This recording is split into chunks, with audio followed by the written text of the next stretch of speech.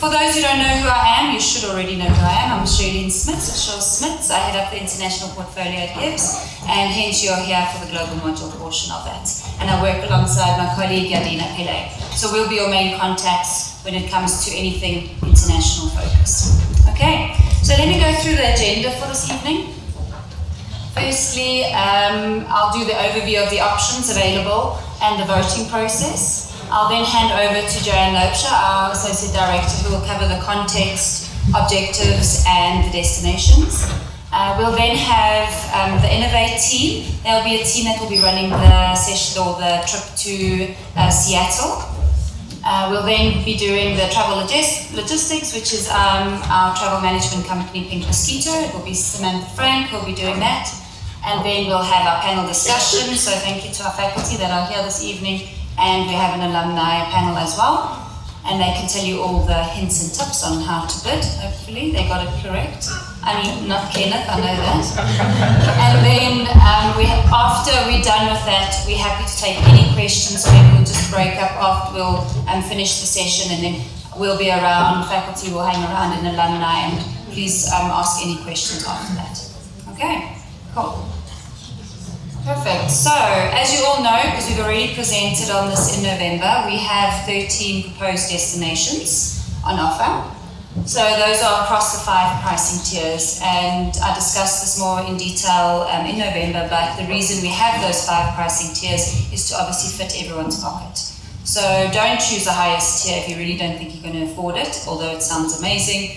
You know, look at the tier 4 or tier 3. They're just as good destinations and the learnings are as key.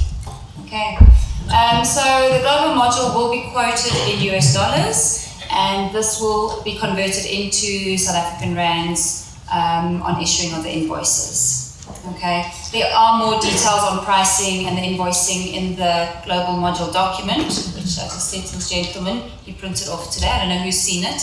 I do suggest you keep this handy when you do your bidding. So it will just give you all the ins and outs of what you can do and you can't do, and it will just guide you. So it's like your green pages for research. It's for the global module, but way more exciting. Sorry, research. Sorry, okay, so the options you have are the all-inclusive packages, the ground-only packages, and the DIY option. So the all-inclusive package is as it speaks. It includes your accommodation, your flights, anything on any transport on the ground, anything such as that. It will be covered more in detail by Samantha Frank on the inclusions and exclusions. The ground only obviously speaks to you will book your own flights and accommodation. And the reason we've done this is because people want to cash in their air miles, or they want to book through Airbnb for a more cost-effective way. Okay.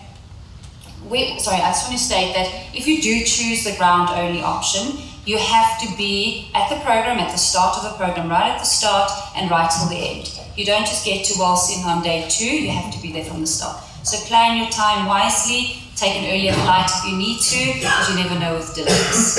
Okay.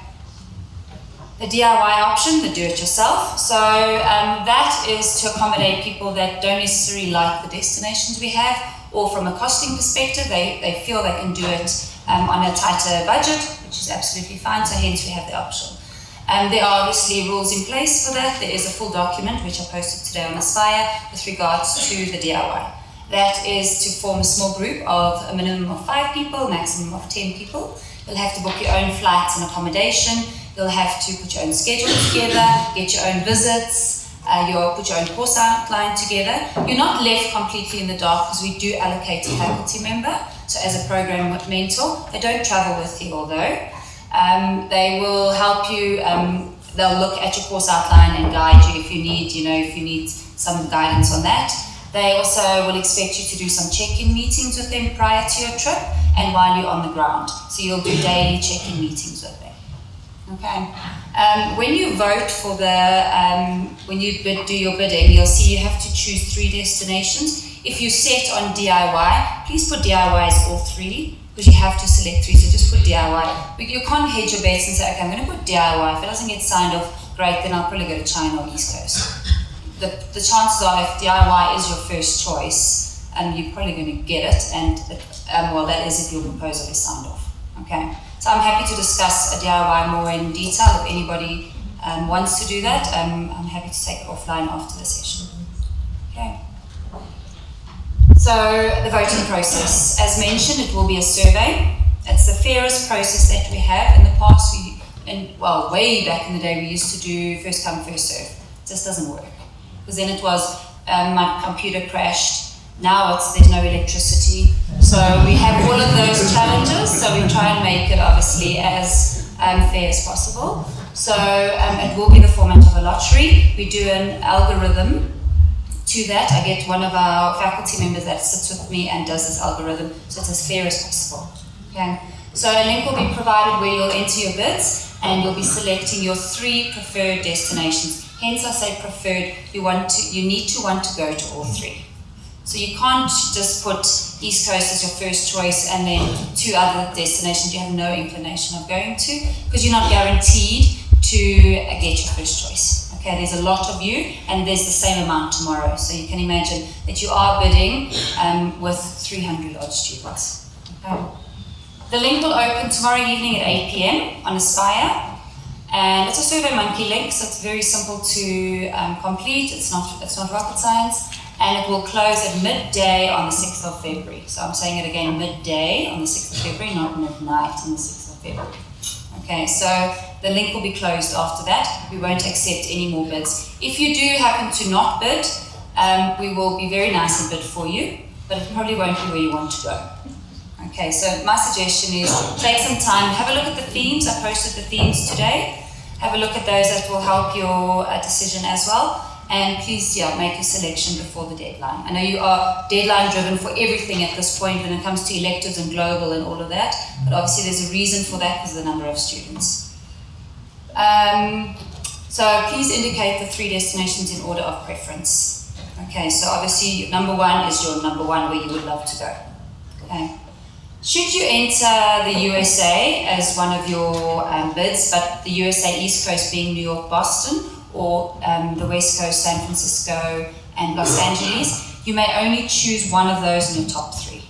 And the reason I say that is that's every year since I've been at GIBS, they're 2 very popular destinations, and we obviously want to give everybody the opportunity to get one of their top 2 at least. So that's why we put that clause in there. There are 2 other US destinations as well, Atlanta and Seattle. Seattle obviously being on the West Coast as well. So, you can put those as your second or your third choice. Okay.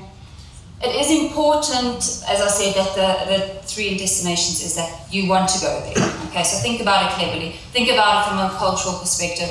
Think about it, an example from last year, somebody chose Vietnam and they had big issues with some of, I don't know if I need to specify, but eating animals such as dogs and all of that. So it happens, you don't necessarily see it.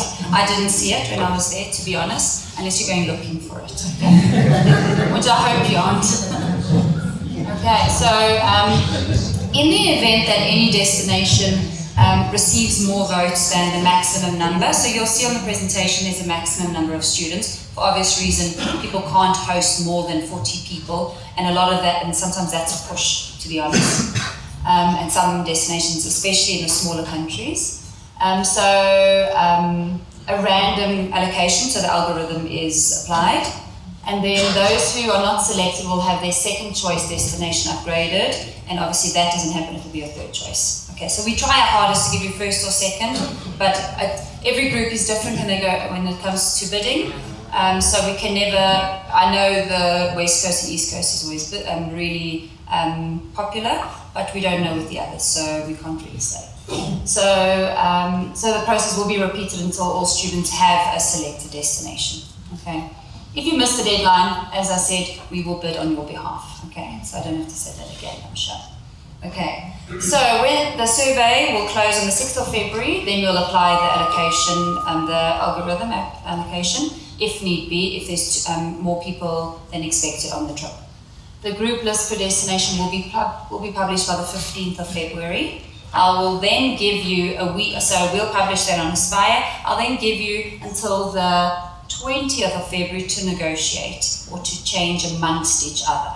So you want to go to Estonia, but you got China and you know someone else that wanted vice versa, so make that swap. But you need to just let us know. So you email the person, you copy us in, and they need to agree on, in principle, they need to agree on it. Okay, I don't want to know what goes on with the bids or the swaps, as long as it's legal and all of that. Okay, and we can only run a destination, because obviously to make it economically viable, if there are 20 people.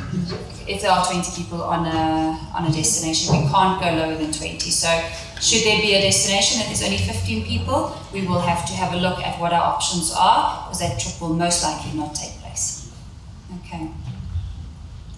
Then just summary of the important dates. You would have seen, whoever has looked at the document that I posted today, I have put the important dates at the back of the document as well, so you have everything in one document. So voting for destinations open tomorrow evening at 8 p.m, closes on the 6th of Feb at midday. The groups will be announced on the 15th of February on Aspire. We'll then give you time to negotiate until the 20th of Feb. Final destinations will be posted by the 26th of Feb. Then you know where you're going. Okay. Invoices will be issued by the end of February, and payments will be as GIBS terms or any other terms, 30 days, so the end of March. So there is some compulsory sessions you do have to attend, which are linked to the global module. So there will be your individual destination briefings, they will all be held in July, but they will be in the evenings, so they won't impact electives or your work schedules.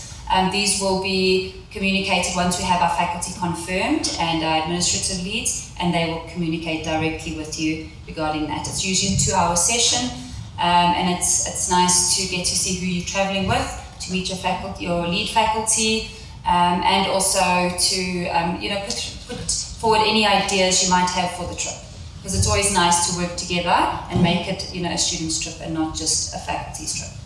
Okay. The global business strategy, which is a compulsory session, I believe Veronica did put it in your schedules, so you should know about it on Saturday the 28th of September. It's a session where we have faculty sessions, we have panel sessions, and then in early afternoon you'll meet up with your faculty again. You'll see your final schedule before you travel and pick up your travel packs from the Pink Mosquito team. And then most of the trips will take place in October, except 2, which will be the Israel trip and the Atlanta trip. I just wanted to make note of one thing with the Atlanta. Atlanta also counts towards one elective because of the rigor of the actual program and the assessments that go around it. Because the global module is a presentation and there's no individual assessments per se. Okay. Last thing, yes, I know I also posted some details on the CAS London Symposium. Have a read through that if you're interested in applying for that. It does go towards a global module credit, and then also the International Management Consulting module. That's a lot more detailed. That counts towards 2 electives and your global. It's, as you know, it would have been the document. It's slightly on the higher tiers, but we work with a lot of business schools, so there is a lot of value to that as well. Okay, cool. So I think that's it. Yes, thank you. Thank you, Jules. Evening, everyone.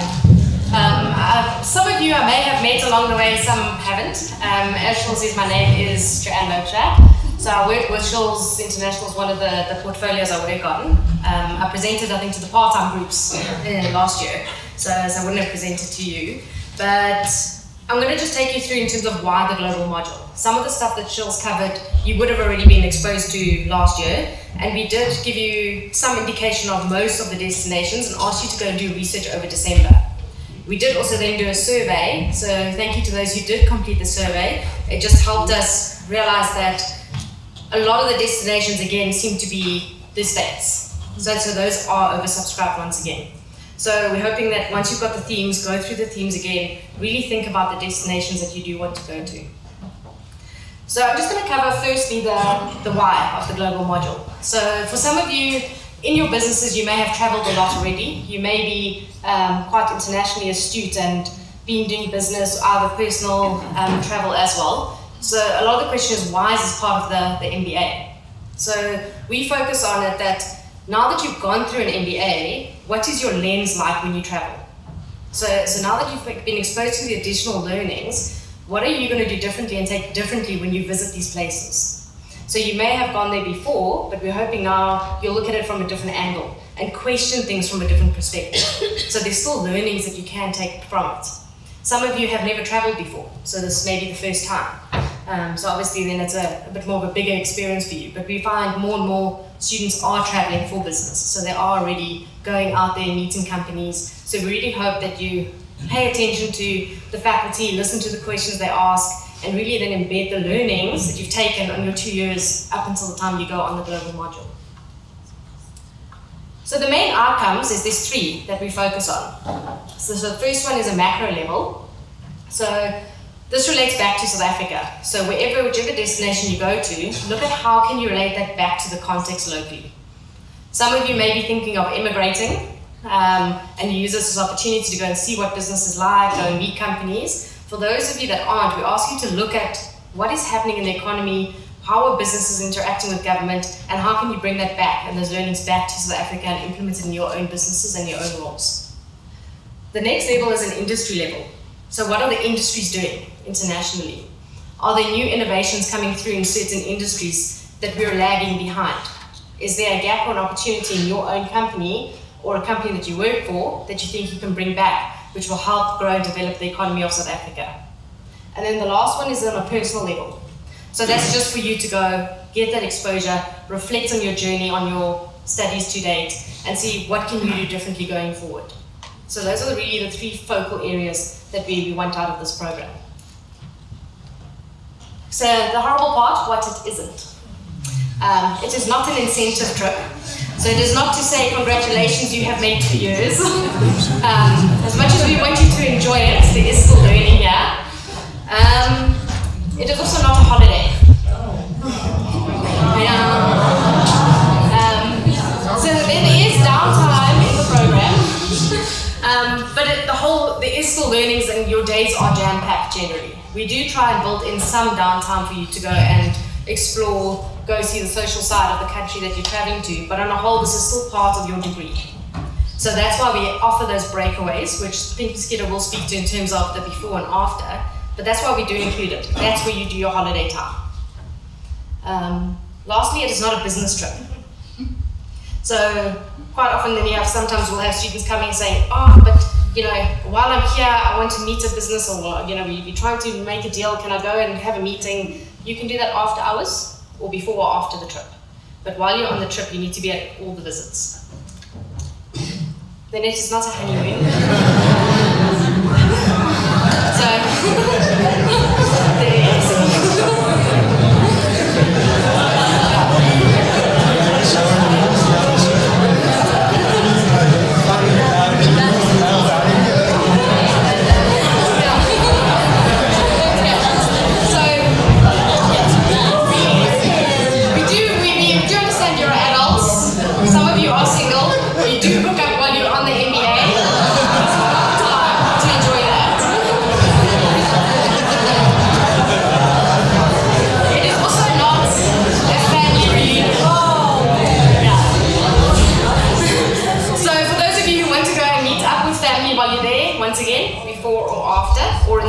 When there's no set programs, you're more than welcome to go and meet your family.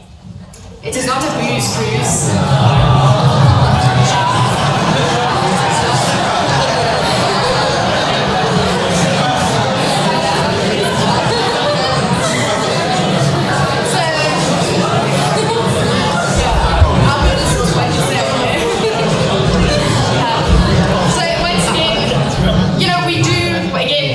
You will have free time, sometimes you will have. We're saying go out, you can go have a drink, go and explore the local pubs and clubs and do all of that, but not to the extent where you cannot wake up the next morning to attend the sessions. And for us, the biggest thing is, sorry guys, for us the biggest thing is more brand reputation thing. You guys are there not just as GIBS ambassadors, but also South Africa. And you can imagine if you have a company overseas hosting us, and you have 20 students arriving reeking of booze and half of them falling asleep, it doesn't set a good impression for us. So we're saying have your fun, but within controlled limits, and still be responsible to make sure that you show up the next day as an ambassador. And then lastly, it's not a research avoidance trip. So we ask you to look at your deadlines when you're selecting on your destinations and get as much of your research done as you can. A lot of people carry their research with them. A lot of them never get to look at it. So while you're there, try and enjoy your time while you're there and absorb as much as you can. So if you're not done with your research, by all means you need to take it because that's also critical. You need to get that done and work on it in the evenings. But as much as possible, try and have that stress off your mind while you're there. Make sure it's been to your supervisor, they've read it, they've given you feedback. And at most we say chapter 6 needs to at least be done. So by the time you come back, you've just got chapter 7, which is the conclusion. Then Lungna can give you a bit more perspective on how they handled it. Everyone does it differently. Some selected the earlier global module thinking when they come back, then they've got a longer time to work on research. And then they get back and they get jet lagged, they get sick, because airplanes, the germs, food, things like that. And then it suddenly a week turns into 2 weeks that they haven't attempted getting back on track with their research. So it's things like that just to keep in mind as well. Some of these things, I don't have to go through all of this, Jules has covered some of it. So it's things to consider when selecting. Obviously, it's somewhere where you wouldn't necessarily be able to go and visit. And that's why, even last year when I presented some of the other groups, like some of the destinations, people often don't go to. And there's questions as why they're there. So one of the examples we always use is like Mauritius. So we put Mauritius on the list, and a lot of people's responses are, well, I can get this holiday packages for a third of the price, it's a lot cheaper. But bearing in mind that it's not a holiday, so there is a lot more cost involved. And secondly, in terms of what they are doing with their policies and taking a lot of our head offices, it's crucial for us to understand how they're doing it and what they're doing. With their tax incentives, what other incentives are they doing? So we want you to broaden further than just the States and think, what are these other growing economies doing which are taking business away from South Africa and our future? Okay, so I'm just going to put up the pricing and the tiers, the destinations. We will have a slide at the end which has got a summary of all of it. So you don't have to worry about trying to capture all of that, and then it is posted as well in the booklet. It's in the booklet, but I'll post the slides. So Shores will post the slides afterwards, so it will be there as well. So we'll start with the tier 1 destinations. So tier 1, we've got Atlanta, East Coast, West Coast, and Seattle. So this is the one where Shores mentioned if you're choosing East Coast or West Coast, you can only choose one of them and then the other ones. The next tier is tier 2, which is Dublin, Paris. Then it's Ethiopia, Russia, and then China. Tier 3 is Israel, Vietnam, Singapore. Tier 4 is Dubai and Estonia. And then tier 5 is Mauritius and Rwanda. So those are the tiers and the different pricing. So you can go and look and work within your budgets. Go and look what these are tiered at. And also take into account, you'll remember from the presentation last year, and Charles mentioned the buffer we build in because of the exchange rate fluctuating so much. So always work on a worst case scenario. So say if the exchange rate goes up to 14.5 or 15, can I still afford this destination at the time? So look at things like that as well when making your choice, not just on the now. Because all it takes is for one event to happen and our exchange rate drops again. So we will put this up afterwards. There are the max sizes as well, so pay attention to that. Because like I say, looking at our tentative survey, we are oversubscribed on the top, on the States again. And we want you to try and broaden your exposure, not to places you would normally go to on a holiday. Try and go somewhere different that you would ordinarily not choose. So what we're going to do now is we're going to ask Innovate, Barry from Innovate, to come up. He's just going to give you a bit about Innovate because it is a new offering, so you wouldn't have had a lot of people being able to give you experiences on what it entails. So they're going to come up and put up a presentation and just talk briefly about that one. Thank you. Good evening, ladies and gentlemen, and thank you so much for giving me a little bit of your time. Thank you to the GIBS guys for inviting us. As has been mentioned, we are a startup company called Innovate who runs these kinds of global immersion trips for a living. And so we're very excited to be offering one of the options for you guys this year, which is a trip to Seattle. right? You guys are spoiled for choice. When I look at those destinations, it's super exciting. You guys have got lots of different opportunities. Our trip is not right for everybody. So the point of this presentation and what my goal is to try and figure out which one of you this trip is right for, and then to convince you to pick Seattle as your option. So I'm going to run through exactly our approach to trips, the way we run things, and what you can expect from a Seattle trip, and then you guys can do your research and figure out if this is the right thing for you. Does it make sense?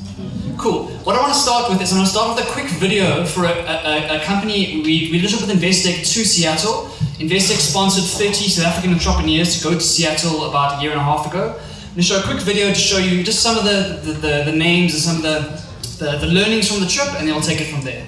I think Seattle is a very underrated city. I think when you think of entrepreneurship in America, you often think of Silicon Valley, but there are other cities that are really starting to thrive and starting to foster a real nice culture of entrepreneurship.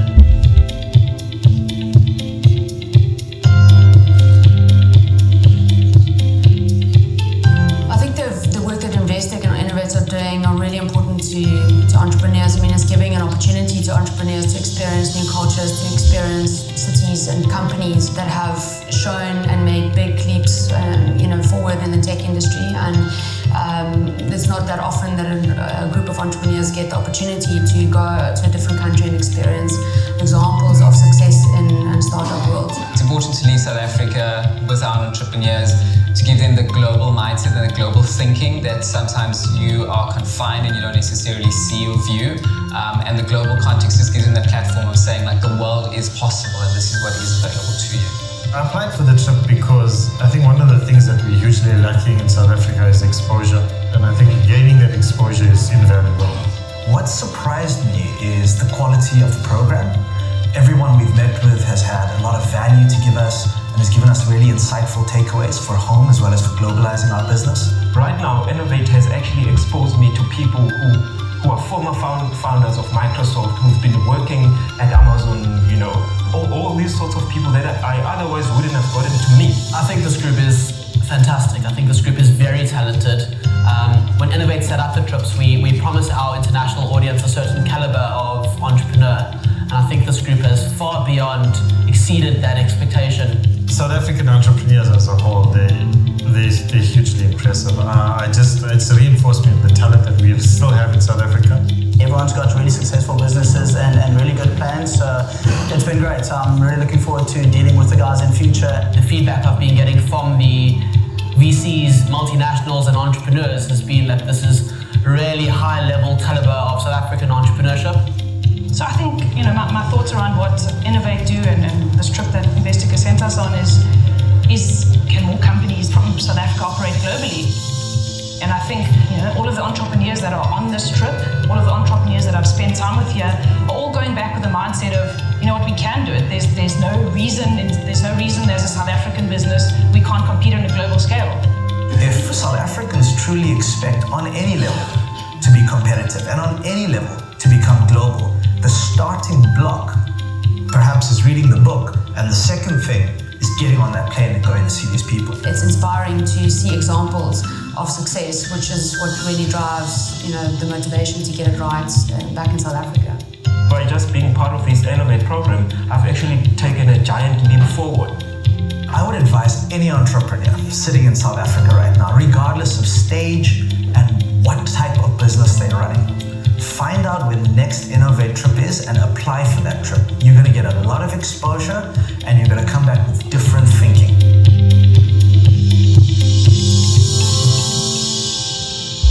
So that's a short example of one of our trips we've done for a corporate client. So I just want to run you through how our business works to give you a sense of who we are. As mentioned, we are Innovate. What we do is we run global growth exposure programs for South African entrepreneurs and business people. Over the last 3 years, we've taken over 900 of South Africa's top entrepreneurs and top corporate executives on trips all around the world. These are some of the destinations that we service. Seattle, San Francisco, and New York in the States. In Europe, we'd go to Amsterdam, Berlin, and Helsinki. Tel Aviv in the Middle East, Nairobi in Africa, Bangalore, Singapore, and Beijing on the east side of the planet. And across those 11 destinations, we focus on introducing South African entrepreneurs to the relevant people in those cities that make a difference for those businesses. Some of our products include, say for example, the Investec trip, where they sponsor entrepreneurs to go on the trip.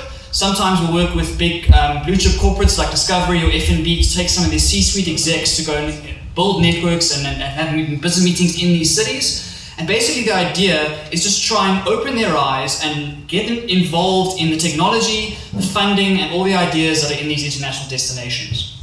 And so we do this professionally for a living. We've got incredible networks across these cities, and that's why we're here today. Now, when it comes to our approach, what makes us a little bit different to perhaps a GIBS program or to perhaps some of the other global immersion programs are, I would argue, three things. The first thing is how bespoke our programs are. Our programs are relatively small. As mentioned earlier, the max for us is 20 people. And the reason for that is we build the itinerary and the curriculum around the individual people on the trip. We spend a lot of time before the trip understanding the company profiles of the people going on the trip, understanding the personalities, the objectives, what the people are trying to get out of it, and then reaching out to our networks and ensuring the meetings are as bespoke, as relevant, and as customized as possible. We pride ourselves on making sure that when you leave Seattle or leave one of our destinations, you have had meetings that are not only relevant, but are truly pinpoint to what you're needing as a business person, as an entrepreneur. So our bespoke nature is what makes us a little bit different. That's why our trips are much smaller and much more customized, so that ideally the people who come on the trip get the maximum value from those business meetings. The second piece is that we focus on meeting with doers. We don't want to talk to guys who could talk a big game but nothing to back it up. Right? We focus on those scrappy CEOs, those guys you may not hear about in the papers, but the guys who are building real businesses from nothing. These doers are the kinds of guys who've been through the ranks. They've had all the problems and the setbacks, and they've overcome them. So when you're sitting in front of them, you can actually bring your own business problems to them, your own ideas, your own thoughts, your own problems, and have a discussion with them about how to solve those things. We focus on those doers to make sure that there's practical value, and you don't just come back and it's an inspiration trip. We want it to really be business specific and make sure that the doers add something back to South Africa. The last piece is that all of our meetings are completely round table. You're not going over there to look at their PowerPoint presentation or see their slide deck, right? You're not going over there to see the TED talk they gave 2-3 years ago. You can see all of that online. All of our meetings are round table discussions where you have a lot of time to sit with the guys and drive the conversation. So the people in the room are driving the conversation with the questions they want to ask, the problems they want to bring to these international business people, and hopefully get as much value as possible by bringing the unique, nimble, pinpoint problems. So these are the three things that our approach for these trips come about. Again, the kind of people we take are the people who want the pinpoint depth into that environment. All right, for this particular one, we are obviously pitching the Seattle trip. And I'm not naive enough to know that Silicon Valley is the sexier one, right? When you're looking at that coast, Silicon Valley is the sexiest for tech entrepreneurship, and rightly so. Silicon Valley has been an incredible hotbed of startup ecosystem and has been the world leader for a long time. What I want to try and do is explain to you why Seattle is a better choice for South African entrepreneurs. And that's not an easy thing to do because, as I say, the brand of Silicon Valley is so strong. What Seattle does well is that Seattle is a real city with real people. Silicon Valley...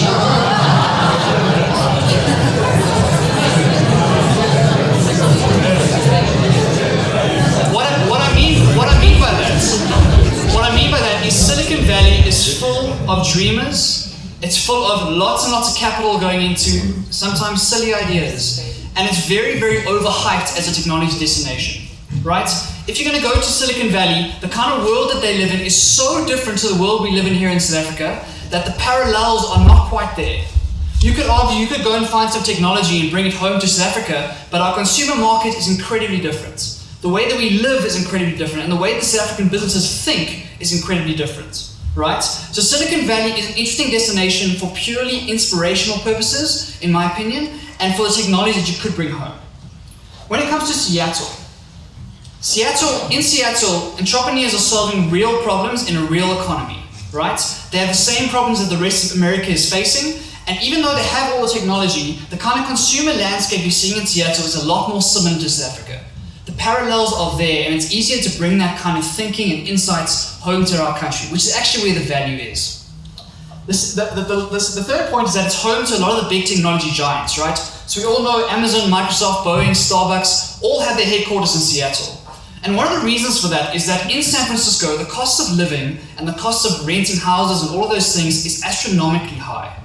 So what businesses have realized is that they can still be on the same coast, they can still be within touching distance of Silicon Valley, but can move up the coast slightly to Seattle and secure good talent at much better prices and live in a more real environment when it comes to a global ecosystem. So Seattle is interesting in that respect because it still has the talent. A lot of the computer science talent that is coming to Silicon Valley and can't make it there or can't afford to there is going up to Seattle and building their businesses there.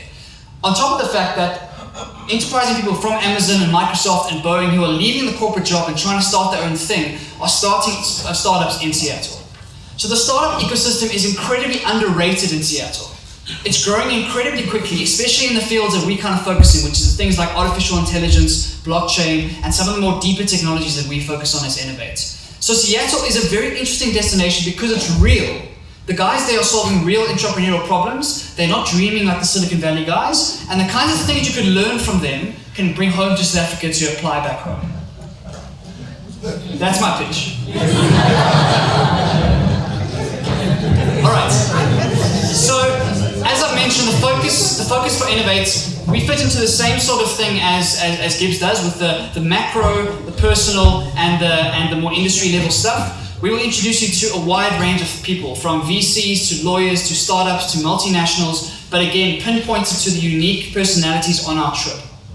As such, we can't give you a sense of what that itinerary is going to look like because it depends on what applications come to us from you guys. But these are examples of some of the companies we've gone to visit in Seattle on previous trips. I'm not going to go through them all, they speak for themselves, but these are the kinds of companies that we go and see. Another cool thing about Seattle is that you have to remember when you're going into a company like Google, it's very important what person in Google you're going to meet, right?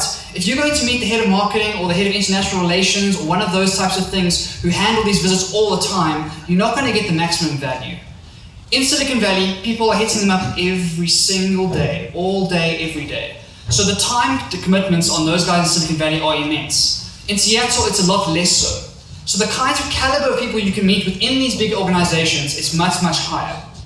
You can meet with head of divisions, head of products, CEOs of some of these companies because they have the time, right? And they're not competing with 1,000 other people trying to get their time. So that's the reason why I think Seattle is a better choice for this kind of program for Silicon Valley. If you want to go to Silicon Valley, go do it yourself. Go and do it as a holiday. It's an amazing place to go and visit. We've run lots of trips there and it's incredible. But for South African entrepreneurship, I firmly believe that Seattle is a great option to consider. Especially when you think about the fact that we will build our itinerary around you, around people on the trip. I'm going to hand over to one of our alumni. His name is Sharon. He's the CEO of a startup called RecoMed. Sharon is also one of our board members. Sharon went on our last Seattle trip. So I asked him to come and share a little bit about his experience on the trip, give you a sense of what he went through and like what kind of success he got from the trip, and then we'll take some questions after that. So please give it to Sharon.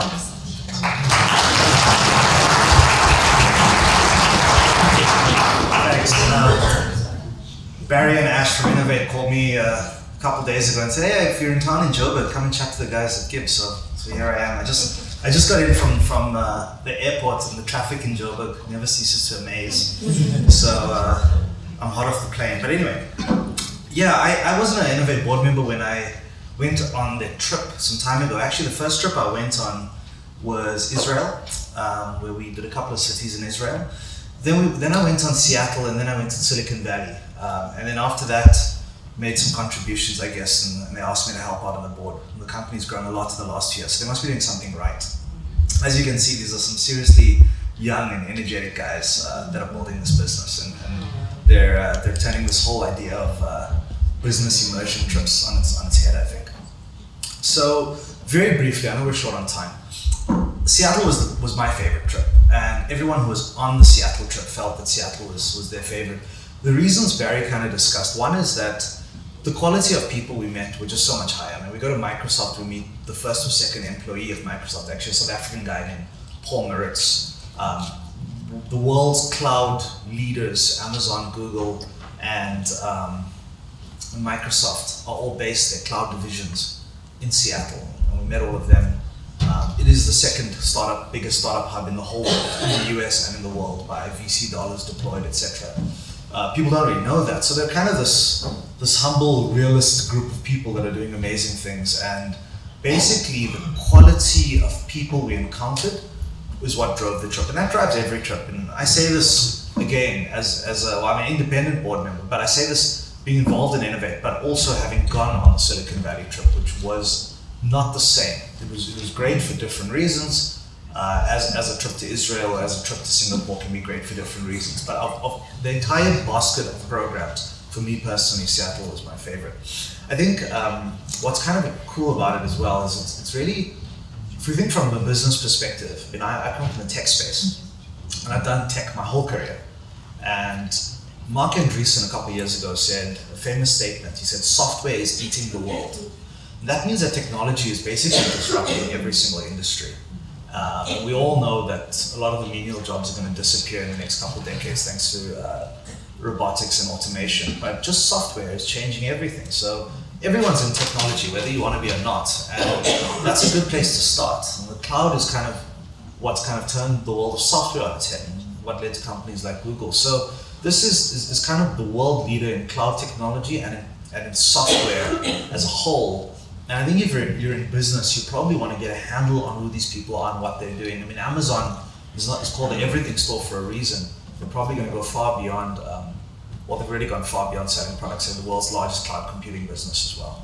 So I think that's relevant, and that's why the corporate element is kind of relevant at global scale, whereas other corporates are typically corporates doing stuff in their markets, which is kind of interesting, but I'm not sure how relatable that is back home in other markets.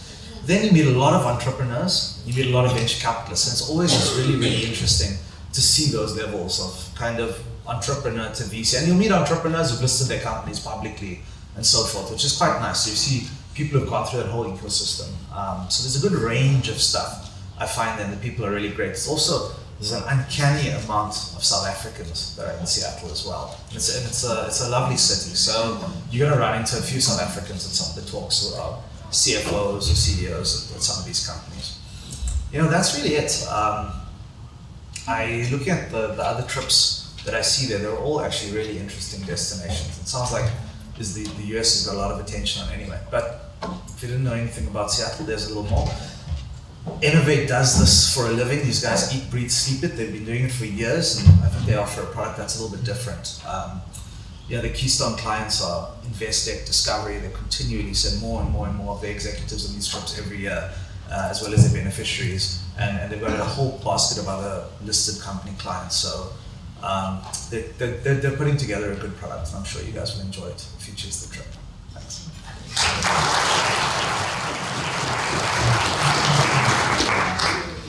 Okay, so that's the pitch.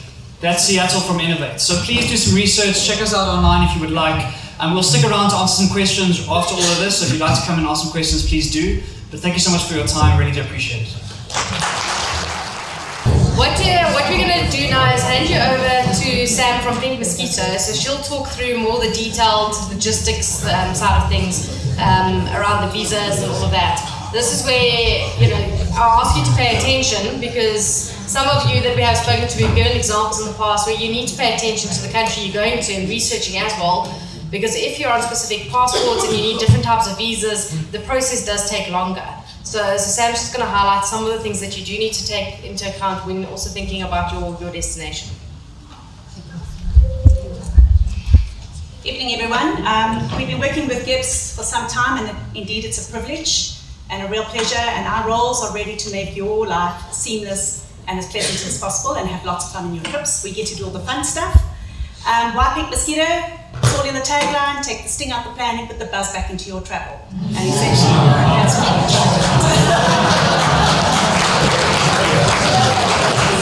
So I'd like to introduce you to Giselle, who's sitting there, and Tracy, who's at the laptop. These are the ladies that make your life easy.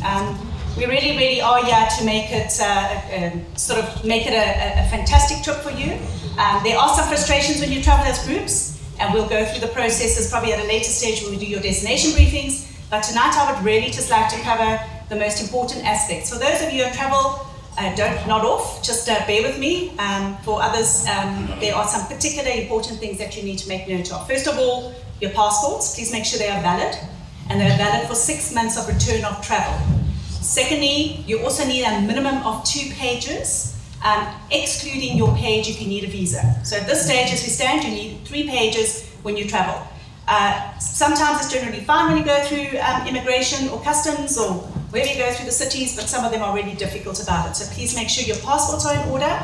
And if at any time during this process you change your passports, please make sure you let us know. When you do your registration, we will ask for a copy, and we will also check the details that you may have missed, that it may be expiring just the day before you get back. Okay, so please check that.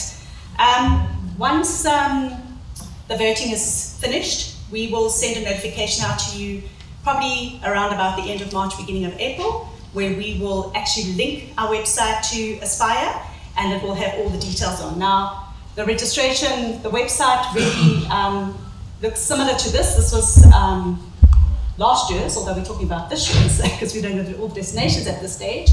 And it just fundamentally gives you the accommodation details, the flight details, vaccinations, general information about the city, and any information that you need if you just want to go online quickly rather than making a phone call or dropping a mail. And it will also give you the proposed dates. Sometimes there may be a change of accommodation because these things happen, but it's very rare, but we will also then notify you in due course. Okay, so registration is critical. There is an online registration form that you need to complete, and it's a little different from what you registered for GIBS, and we require this information because the information is critical, especially when it comes to your health requirements, your dietary requirements, and of course we endeavour to do what we can do for seating. But if you've travelled as a group, you will know that group travel is a little bit different to that of individual travel.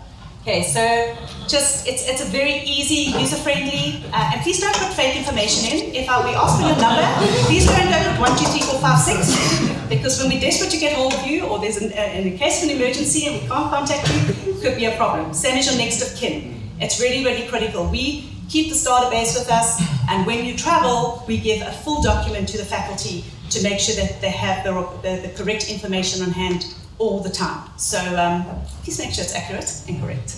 Okay, so there is a closing date that says 23rd of April 2019. We're not sure what it is at this stage yet. That was just a make-up, but we will communicate that very clearly to you before the time.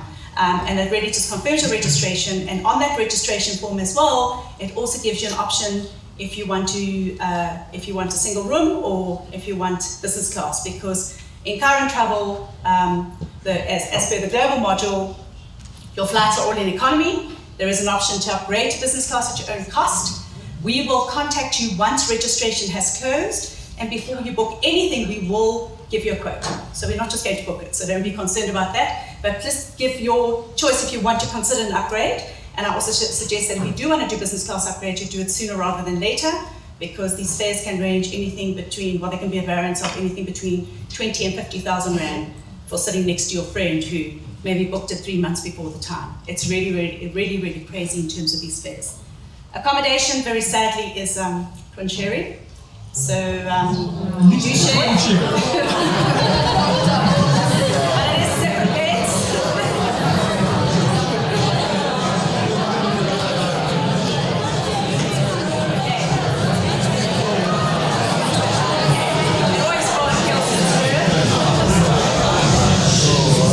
But it's also an opportunity to get up and close, get close up and personal with your buddy. But the option there is for single rooms that you may also request a single room. We will quote you, and again, it's for your own account, and we facilitate all of that. None of it comes through GIBS. Just bear in mind for those of you who will opt or eventually get your choice of the US, New York and Boston and San Francisco, LA are very expensive, and just be very mindful because the single room costs are not fun. So I'm preparing you in advance. You can go check online, you can check us, you'll see it's much the same. Okay, so, but we would never just book it. So if you have an interest, Tracy or Giselle will contact you after registration and we will start the process. Both of them, we cannot do anything, we can't book those for you until we get confirmation and payment, obviously because we need your confirmation on that. So that's really just flights and accommodation. So can I just, one comment is, if you want to upgrade your ticket or your rooms to a single room, these are separate invoices that comes through a Pink Mosquito. So it's not part of your global module fee. So I know lots of people want that from their company perspective. We can't do it because of fraudulent things, so we do at least 2 separate things. If your company is happy to do that, that's great. Speak to Pink Mosquito, they must just pay the separate invoice. As it won't be part of your GIBS global module invoice. We will facilitate it, so no problem. Okay, visas are always quite a controversial thing. I think it's the bane in our life in travel. Many of the countries or embassies expect you to go in person. I think very importantly, it is the responsibility of you to make sure that you apply for your visa timelessly. There are certain visas, well actually it's probably just the US that you can apply well in advance without having to have any form of documentation. Most of them are also done online, so I suggest that you start this as soon as you know the process, as soon as you know your destinations. Also, from a visa perspective, if you're on a foreign passport, Joe just touched on it,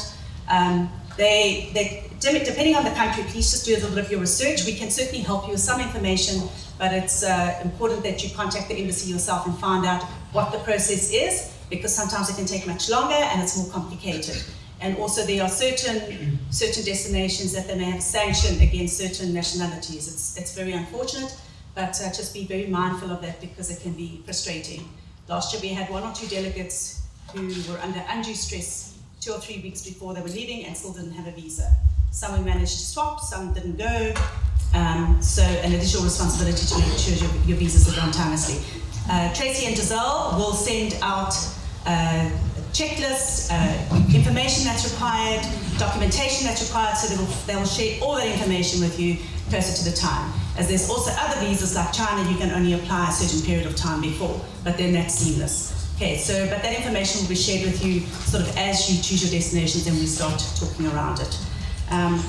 In the event your application is declined and it's due to your lack of planning, and you have to cancel the trip depending on where you're at, you will have to pick up with us for cancellations.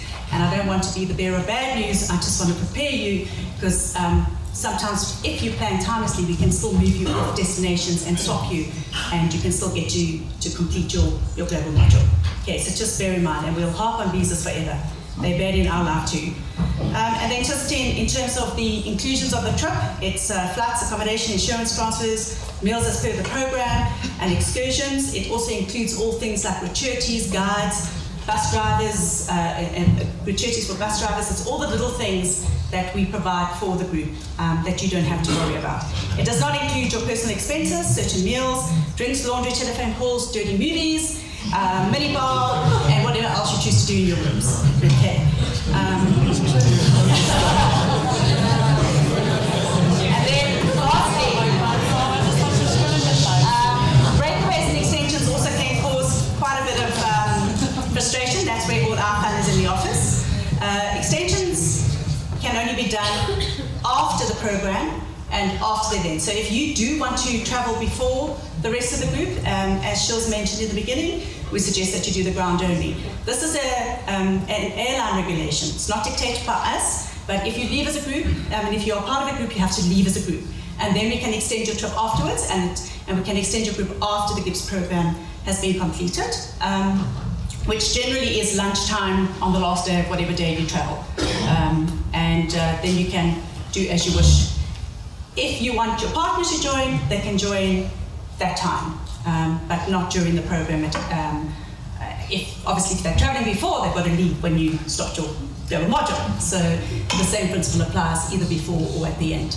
We're also dictated by the airline in terms of how many people they can break away, and they have limitations, and every airline is different. So at this stage, I can't tell you that there's only allowed 2 on a certain destination or 20 on another, and we talk to the airlines also. So there is some leeway, but they are limited in terms of how many may travel. There's an admin fee because the airlines also charge us to change your ticket, and that's got to be done before you issue your ticket. Otherwise, most group tickets are non-refundable, or there's big penalties. So I suggest that you do that before. We will also give you a deadline on your breakaways in terms of when you need to cut it off, obviously, because we can't, if you're part of the group, we need to know that because we need to issue tickets, and then that will have an impact on the rest of the group. So travel it's not fun, really. We do all the fun stuff, but the logistics behind it we are dictated by many deadlines and limitations from our suppliers. And And then, yeah, I think that's really it. Looking forward to working with you and having some fun with your destinations. I think there's great choice of all these destinations, and I think it's really, really going to be tough for you. But good luck. Good luck in your voting.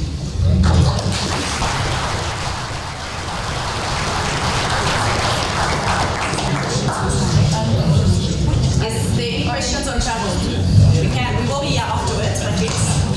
Should we be applying for business or study visas? No, you'll be actually studying for tourist visas for most of the destinations, and we will give you those details when we send you the application forms or the guidelines per visa. Yeah, tourist, not business. Otherwise, you've got to go through all this, get all this other paraphernalia. Okay. Is there still got valid, like for the states, a valid visa that's allocated to business? Can we use it, or must we apply for a new one? No, if you've got a valid visa, just and if it's in your same passport, it's fine. And if you've got a different passport, just make sure that you carry both of them with you. But the same applies to Schengen visa, as long as it's valid.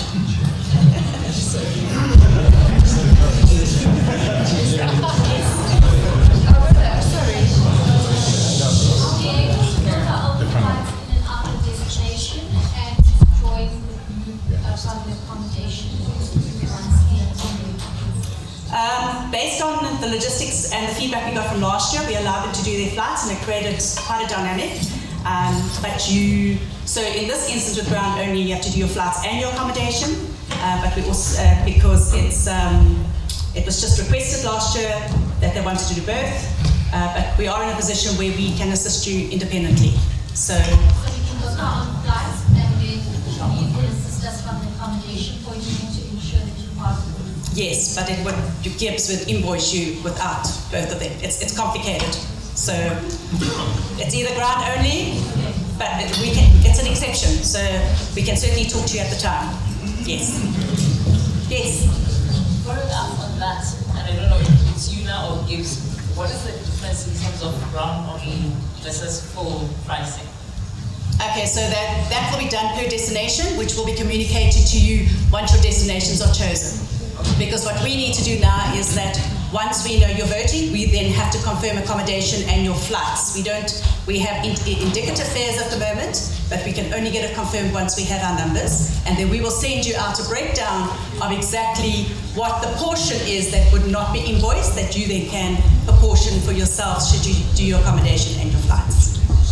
Okay. So do we select ground only now when we are actually putting down our three choices, or yes. Once our destination has been given to us, then can we change it to ground only? Because again, it depends on the destination. There may be one destination where I want ground only. If it's another destination, I may prefer. You can choose ground only, and once you have your destination, as long as it's before GIBS have invoiced you, you still have an option to change it. It's no problem. But you've got to just, in terms of planning and your flights and that type of thing, yes. But there has been some flexibility in the past where students have said, no, I want ground only, and then they start the process and it gets complex, but then we deal directly with you. GIBS don't get involved because it complicates the invoicing and becomes messy. But then we can facilitate it. In the ground only option, what's not included aside from flights and accommodation? Everything else. This document that I've posted on Aspire, go have a look. It's all what's under all-inclusive, what's included, what's not included, and ground only, what's included, what's not included. And your transfer. So if you're making your own way, you have to make sure that you get to and from to wherever you're meeting the rest of the group. And then throughout the day, all the other stuff. Everything else is included. And internal flights. If there's an internal flight, that will be included in that ticket. If you decide to stay at a different hotel to the group, you need to make your own way to the hotel and be there when the coach departs for your company visit. So if you're doing ground only, you make your own flights, your own accommodation. If it's not the same hotel, you do your own transfers to and from during the program and to and from the airport. Okay. And do we already have a map of where or which hotel we're going to be staying at, so that if I'm making more arrangement, then obviously I'd like to be as close as possible to where the rest of the group is. So When you register, the hotels will be. When registration opens, as I said, there'll be a link on Aspire with all the hotels that are booked for the group, flights that are booked for the group. So even if you want to book on the same flight coming back, but you want to go before, you can still book on the same flight. You know, and also if you want to book at the same hotel, that's also fine. Okay. Any other questions? So are you saying you only give one choice? You don't give two? Sorry? The US, are you saying it's only one choice? Between East and West Coast. Only between East and West Coast. Yes, you can choose Atlanta and you can, it's just between East and West Coast, one or the other. Any other questions? Sorry. So going to Seattle,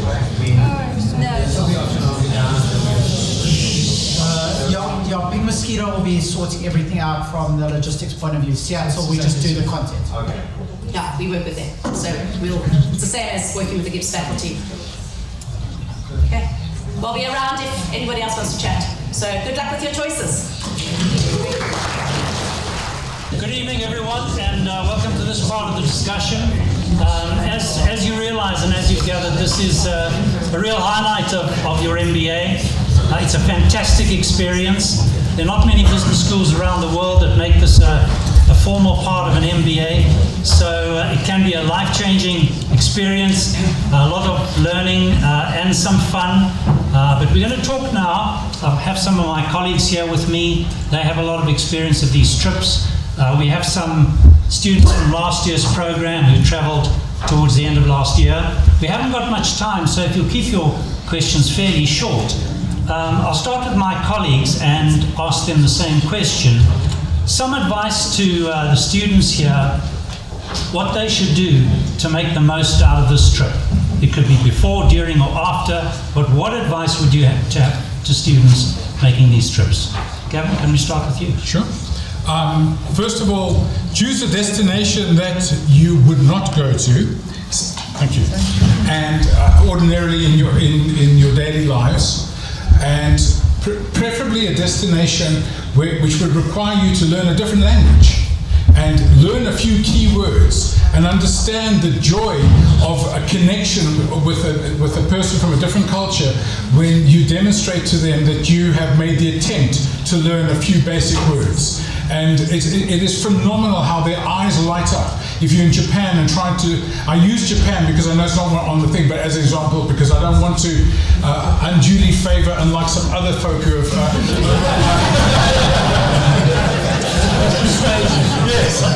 It's unfair of me to try and persuade you to go anywhere. But the fact of the matter is, immerse in culture. So find somewhere the culture is so distinctly different from yours. The food, the religion, the art, the daily life, the entertainment, the alcohol. Where it's all different. Experience difference and really immerse yourself. And the only way to really immerse yourself is leave your research behind. I promise you guys, leave your research behind. Leave it behind after having done chapter 6, but you do not understand how heavy that research will weigh on you if you're not up to date, and it'll spoil the trip for you. It really does. It's so depressing to watch somebody focus on their laptop instead of the scenery. And watching the world go by that they'll never experience again, but they're too focused on their laptop because they've left everything to the last moment. I want to build on what Gavin said in that it's very important to prepare yourself thoroughly for where you're going to go. Read up on the history of the place you're going to visit. In Paris last year, I had somebody ask somebody who Napoleon was. And the guys explained very nicely that it's a person that we could look up towards for strategy. So please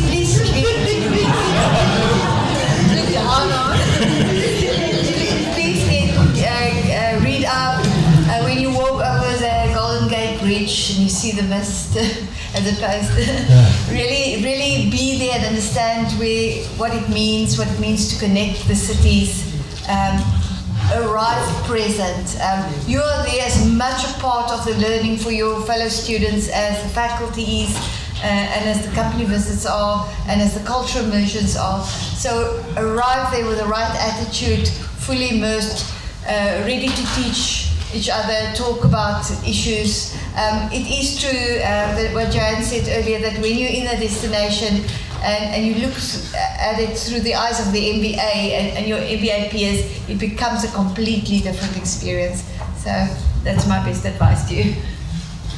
Well, quick, they've said a lot. I won't say too much about Silicon Valley, but so I think, guys, it's about being open-minded. To Gavin's point, is be there and be ready to experience things. Don't go with any preconceived notions, but also go there understanding where you're going, but understand why you're going there. Because if you understand why you're going there, I think that's where your maximum value comes from. And I think let that guide your decisions as well. I know I'm looking at Avesh at the bottom of this row here, and he's thinking otherwise, but understand why, guys. If you understand why, you will make the right choice. I think do some preparation before the time as well. You'll be helped by the faculty who are leading your particular trip, but do some reading, do some preparation. If you're going to Singapore and Vietnam, watch the series on Vietnam, which is playing out on Catch Up at the moment. But some preparation, some reading is a good idea. There will be syndicate presentations as well during the course of the trip. There will be some preparation required there. And then have the attitude of yes, having some fun, but also the main purpose is obviously learning. We had a trip a few years ago. They were traveling to Russia with Nick, and they got caught up at OR Tambo and missed the flight, so don't let that happen. I'm going to turn to some of the students now. Similar question, what do you say people should do to get the most out of the trip? So I did DIY, so my whole thing was plan everything as much as possible in advance because I didn't want to be stressed while I was on the trip because I didn't have anyone to call to help sort out any of our issues. But I would agree, just leave the laptop at home. Don't even, I mean, we had people on our trip who hadn't even finished chapter 5 and they still left it at home and they passed, so.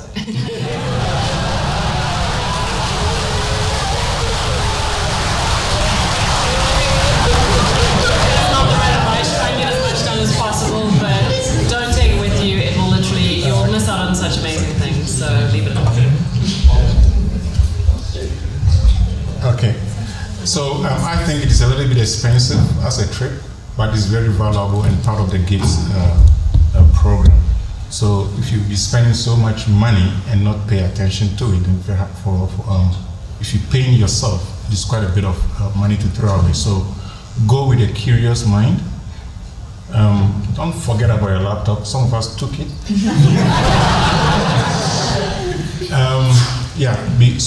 Be very curious and try and soak as much as you can from this. It is quite a useful trip.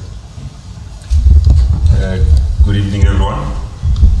So I went with the team that went to Vietnam. It was not my first choice.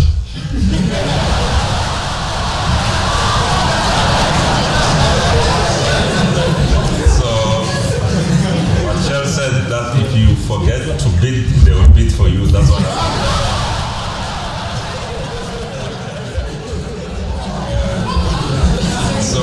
So you need to be careful. I mean, you need to first understand why you are in this program.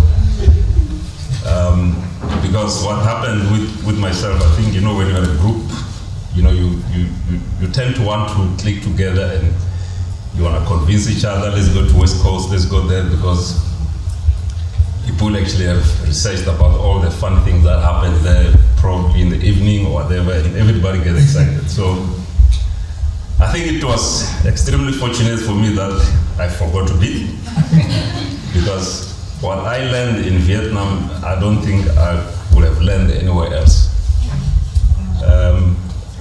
I think, from the culture, I think it was an all-rounded excursion, and I think from the culture of doing business in Vietnam and just meeting the people, speaking a different language, I think, I had to rely on my internet to actually get by. I remember this one evening, we just walked, me and a gentleman called Tiwa, we walked, it was late, we were just walking, meeting people who were just enjoying themselves on the park, and business is going, 10 o'clock, 11 o'clock, we walked and we forgot where we were, and we were saved by,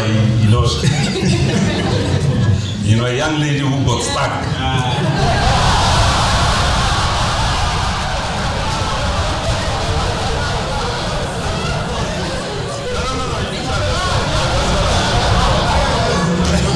She was on a motorbike who got stuck.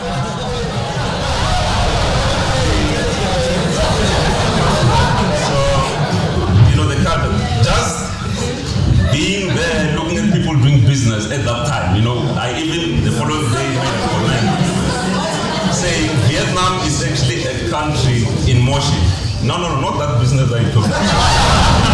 But we went to different companies. If you really want to learn and get the most out of the MBA in terms of startups, the companies that we went to, it was really run by young men and women who actually related to us. Looking back home in South Africa, I really could see what we could get out of how to do business simpler and better. So ask yourself, why are you in this program? Are you in this program to climb the big corporate world? Or you are in this program to actually now be your own boss? And I think in Vietnam, I actually learned that I want to be my own boss, because they taught me how easy it is to do business. A country that is growing at more than 6%, the GDP is growing for more than 10 years, and it's been really going, and again, it's still growing. You go to, I had a gentleman, they talk about Seattle, where all the big guys are. Ask yourself, do you want to be a drop in the ocean, or you want to be the big thing? And I think what I got from Vietnam is that you can be that big thing and be visible if you really go there and be part of the growth. That next wave is actually happening in that region. Make sure that you actually want.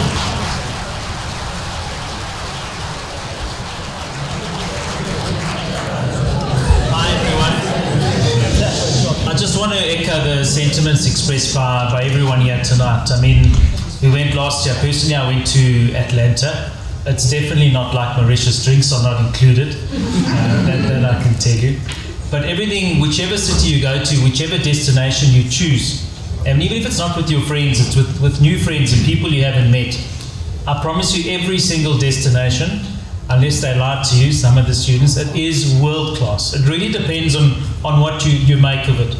One of the most important things is, and not to scare you, but that research is key. If your chapters are not done before you go, you will struggle. Last year there's quite a few individuals that didn't manage to submit their research. If you get your chapters done, I think at 6 before you go, you will get so much more from that elective. You will really thank yourself for all those extra hours that you put in. Even if you take your laptop, everyone's talking about it, no one does nothing, and you actually miss out on so much.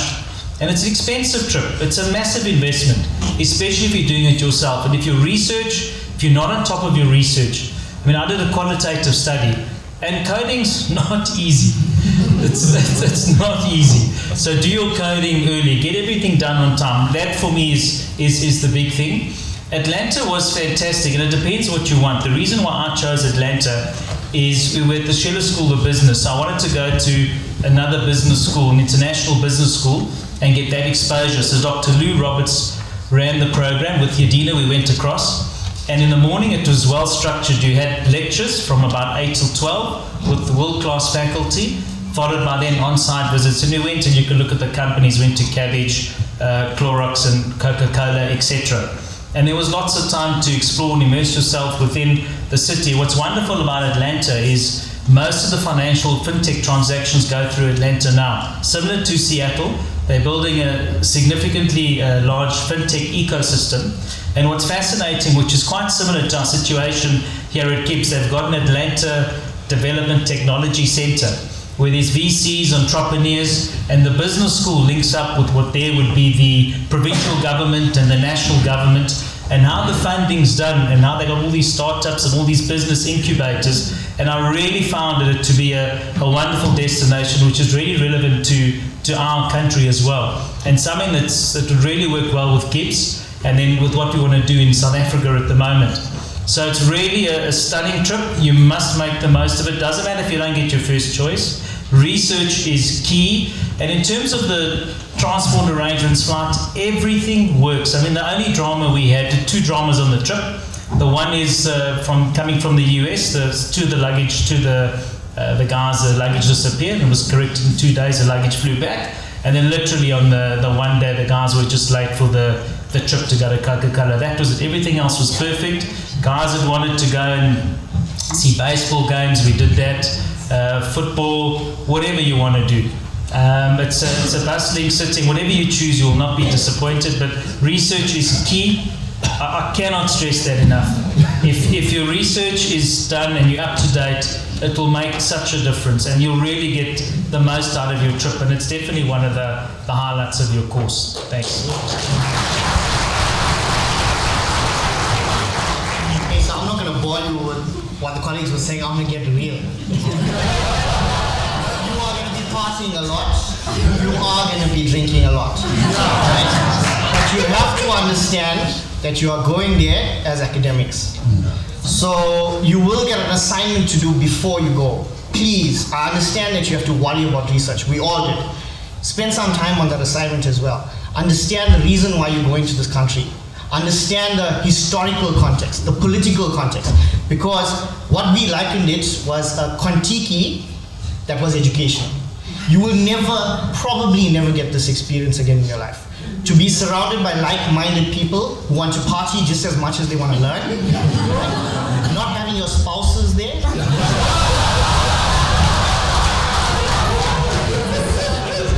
It's this thing. But I can tell you, yes, we also had instances where people were worried about research, but it was the rest of us that convinced them you can do it when you come back. But I'm just being real with you guys. Take some time to understand the places that you're going to. I was fortunate enough to go to China. I did go with, I can say at least, we went to 24 people, I think it was, and all of them are my good friends. We left there creating networks because it's one of the trips that you get to spend with people from different blue group, yellow group, red group, doesn't matter which color you're in, you're all just one group. I think everyone frowned when it was mentioned that you can't share. Believe me, guys and ladies, share with someone.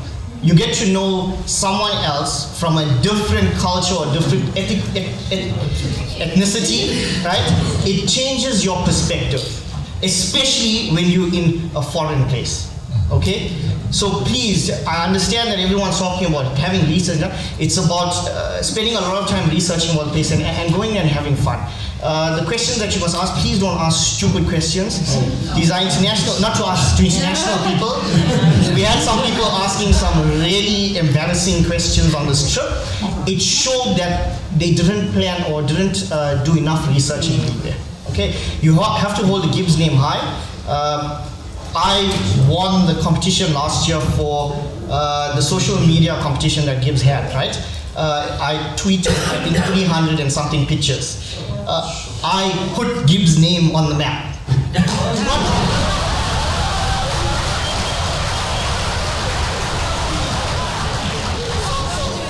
It's an opportunity to boast about who GIBS is, okay? So don't just worry about research, worry about the fun element as well.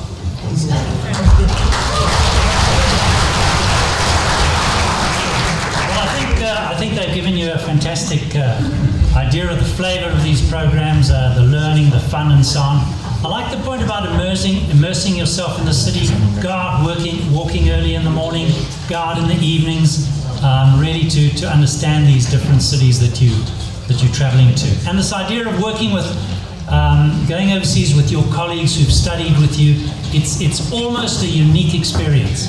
I'm not sure about the not going with a wife story, but this is just a lot of fun. Julia, if I could just ask you for a minute as we start wrapping up. The DIY, would you like to say one or two words about that? Sure. So I actually had a study group of, it was 10 people, but one person got onto the East Coast and that was her dream, so she went there. But 9 of us who were very close from basically first year, and we were just sitting around one day and we all decided, like, why don't we just do this together, you know, and really experience this and cement this friendship. And it worked quite nicely with my own company. We're a global executive search firm, and so we had offices in cities all around the world, and we kind of just went around and looked at where we'd all like to go and where we hadn't been before. And we chose Spain.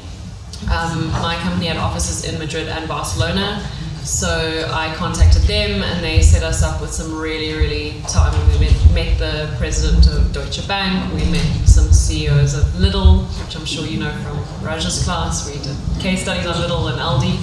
And then we went to IE Business School, which we set up ourselves. We went to the SA Embassy. We went to a family-owned olive oil farm as well. We went to Atletico Madrid tournaments. We did everything. We went to a 2-star Michelin restaurant for dinner. We had an absolutely incredible trip.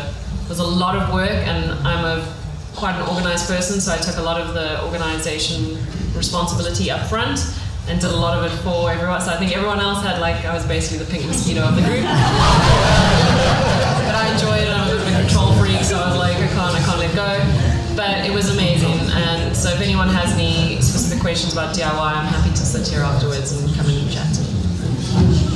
Thanks, Julie. I think the other point that's been made is Pink Mosquito do a fantastic job. I mean, all the arrangements, allowances when meals aren't provided, so you can expect to be very well looked after by Pink Mosquito.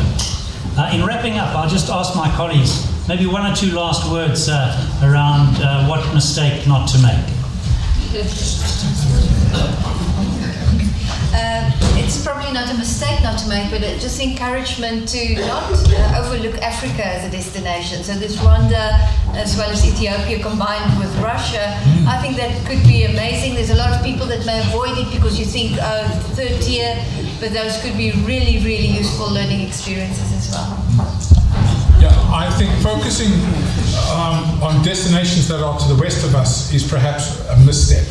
Those destinations to the east of us offer tremendous insight and learnings on the one hand, but more importantly as well, value.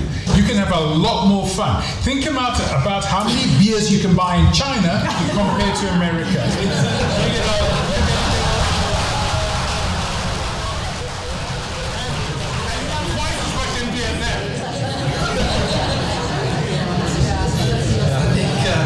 From my side, mistakes not to make is don't go just because your friends are going to a destination and you've been there before. Don't just follow the group. Make your own choices. And I think Kenneth has said it. You make new friends. You see people, but you also get closer to them over this. So can we give the panel a round of applause?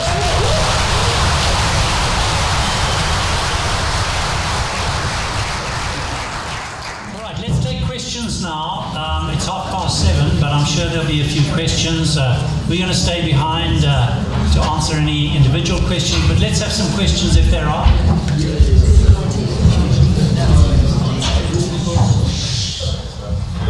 little bit of pressure not to ask stupid questions. If we apply for the IMCM, do we also need to apply for the international models as well? My suggestion is because you're not guaranteed to get onto the IMCM because it's limited and you have to motivate why. So the explanation is on the global model document as well as on the IMCM document.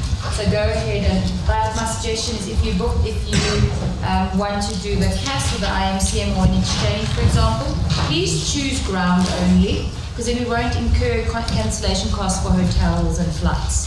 Okay, so if you want to choose any of those other options, choose your normal destinations, 3 top tier or top destinations, but choose ground only. Okay. Those compulsory sessions before the trip. Yes. And it's 6 compulsory, right? Some of us don't know yet. Okay. Is there going to be some sort of alternative to that particular, or is it just you have to be in?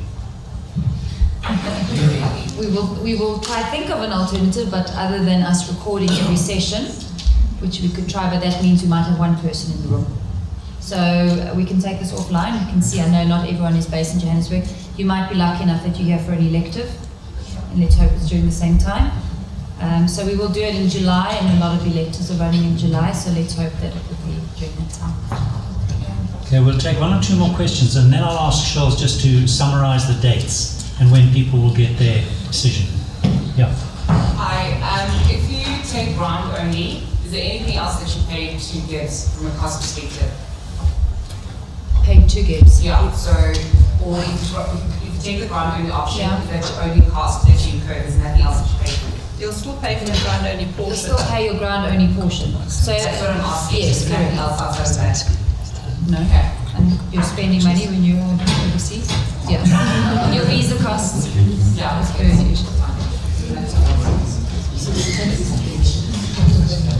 have a question. Just on medical insurance, because some visas you have to have your own medical aid and then some not have to. No, the insurance that we take is very comprehensive. So it does cover pretty much everything. So it is inclusive. The only time you would have to extend your insurance is if you're going to extend your trip and break away. And we can facilitate that for you as well. But your insurance for the global module from the time you leave till the time you go, and it's completely comprehensive. It's based on the book dates, and then outside of that. And when you do your visa, you get a confirmation from us that you've got a visa. You've got sufficient travel insurance to do that. Oh, cool, yeah. Yes. Okay. Last question up there. Is taking the travel insurance compulsory? Yes. It forms part of the global module. And for most visas, probably all visas, you actually need a copy of that insurance, which we will provide. What if I've got an international insurance cover? We put it in the cost already, so it's not that we don't differentiate that you'll take your own, and it's very comprehensive cover. As Sam was explaining, it's corporate cover, it's not just normal individual cover. It covers a lot more than your general. So, for example, we are going away and we check through Discovery, for example, and it doesn't cover certain things. So this is a lot more comprehensive. So there's curtailment, there's travel, there's cancellations, there's a natural disaster, and then also gives us a cover what we call SOS. Let's hope that we don't have to get captured by the seals and taken out. But there is extensive. Okay. I've got one more question for Pink Mosquito, and then I'll hand over to Charles. Just one more time, Samantha, what is covered? It's flights, it's accommodation, it's meals. Just tell us what is included. Okay, so for fully inclusive, it is your flights, your accommodation, your travel insurance, your transfers, your guides, your gratuities, things that you don't even consider. So pretty much almost your full program, and then there is your meals, which is included in the program, and depending on the program, some allowances will be covered, but not necessarily all, but that will be communicated to you closer to the time. But it's all you really have to do is pack up a little bit of spending money or drinking money or shoe money of some sort. So that's fully inclusive. Ground only is your accommodation and your flights, which we will, as I said to you, we will do a breakdown for you once we know all the destinations, or once the destinations have been confirmed, about the amount that will be deducted, and that's what you will pay GIBS, and then all that's included, because transfers are bulk, so we can't give you independent transfer costs. So that becomes your responsibility, and you'll pick up those costs. And please be mindful when you do ground only how expensive transferring from an airport to a hotel is, or in between, depending on where your hotels are. So on average, a transfer from the airport in San Francisco to San Francisco Hotel, is sort of the heart of downtown, is anything between $70 and $80 one way. So your transfers are incredibly expensive as well. So that would not be covered in ground only, but your transfers with the group, any transfer with the group is covered. And then if you do land on the same flight and you communicate that with us, then of course we'll include you on the transfer from the airport to the hotel. No problem. Okay, sure. So over to you to wrap up. Yeah, so I've just displayed the summary of important dates. As mentioned, it is also in the global module document, and we will be posting the presentation slides. So a reminder, the link will open tomorrow evening from 8 p.m. The reason I'm doing 8 p.m. is because we want the other group to attend tomorrow as well beforehand. And it will close at midday on the 6th of Feb. We'll then announce the groups on Aspire as per the first round of bidding. On the 15th of Feb, we'll then allow students to negotiate, and you'll have until the 20th of February to do that. And then the final destination lists will be posted on Aspire by the 26th of Feb. Finance will issue the invoice by the end of February to be paid by the end of March.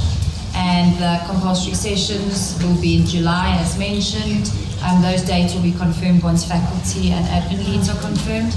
And then the global business strategy, which is the compulsory session 2, on Saturday the 28th of September. It usually finishes at about 2 p.m., so it's not a full day. And then, as mentioned, most of the trips are in October, bar 2, which is Israel and Atlanta.